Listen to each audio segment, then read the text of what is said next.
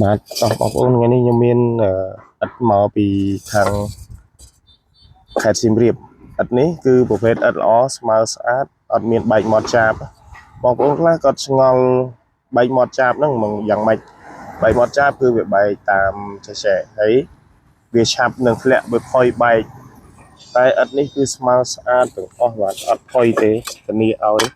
គុណភាពល្អរួចហើយតម្លៃគឺថ្លៃដឹកដាក់ដល់ទីតាំងបងប្អូនក្រហមស្អាតណាអត់សូវមានមុខឡខ្មៅច្រើនទេគឺមានតិចនេះមុខឡខ្មៅប៉ុណ្ណឹងឯងស្អាតបងប្អូនចង់បានអាចតំណតំណងកំងបានយ៉ាងខាងយើងខ្ញុំដឹកដាក់ដល់ទីតាំងបាទធានាគុណភាពធានាតម្លៃ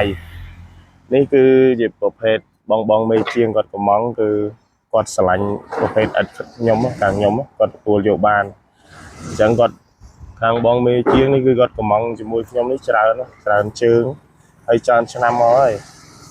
សម្រាប់ឥដ្ឋនេះគឺអត់ឲ្យគាត់ខកម្ដងទេបងប្អូនកំងខ្ញុំធានាតម្លៃដឹកដាក់ដល់ទីតាំងឲ្យបងប្អូនដឹកដាក់ដល់ទីតាំងគ្រប់ខេត្តស្រុក